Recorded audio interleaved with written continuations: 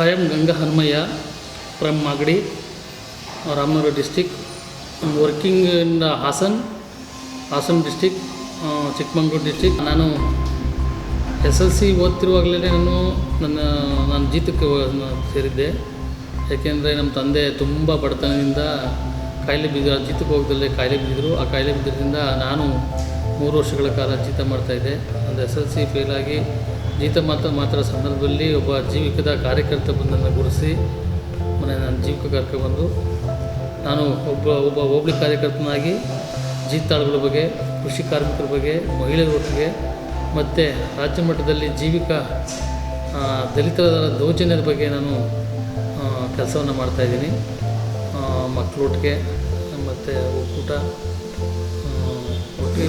ಒಟ್ಟಿಗೆ ಜೀವಿತದಲ್ಲಿ ನಾನು ಜವಾಬ್ದಾರಿಯಾಗಿ ತೆಗೆದುಕೊಂಡು ಕೆಲಸ ಮಾಡ್ತಾಯಿದ್ದೀನಿ.